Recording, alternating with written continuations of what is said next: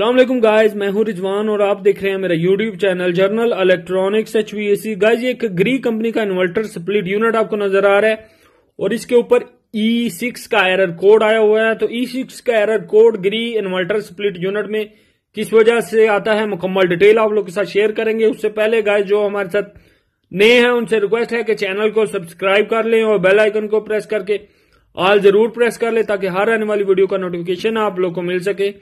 तो गाइस ये E6 का error code inverter split unit Gree में किस वजह से आता है, कंपनी के मुताबिक जो कंपनी ने एरर कोड दिए हुए हैं उनके मुताबिक ये कम्युनिकेशन एरर है। कम्युनिकेशन एरर का क्या मतलब होता है? कम्युनिकेशन का एरर का मतलब है कि इंडोर और आउटडोर आपस में जो कम्युनिकेट करते हैं या कम्युनिकेशन करते हैं वो नहीं हो रही, तो इसलिए ये कम्युनिकेशन का एरर आ जाता है। वो किस किस वजह से आता है?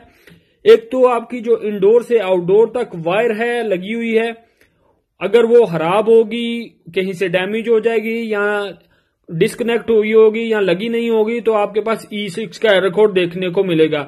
इसके अलावा आपका आउटडोर का पीसी बोर्ड प्रॉब्लम कर जाएगा, अगर उसमें कोई इशू आ गया तो उस वजह से भी एरर कोड E6 का आएगा।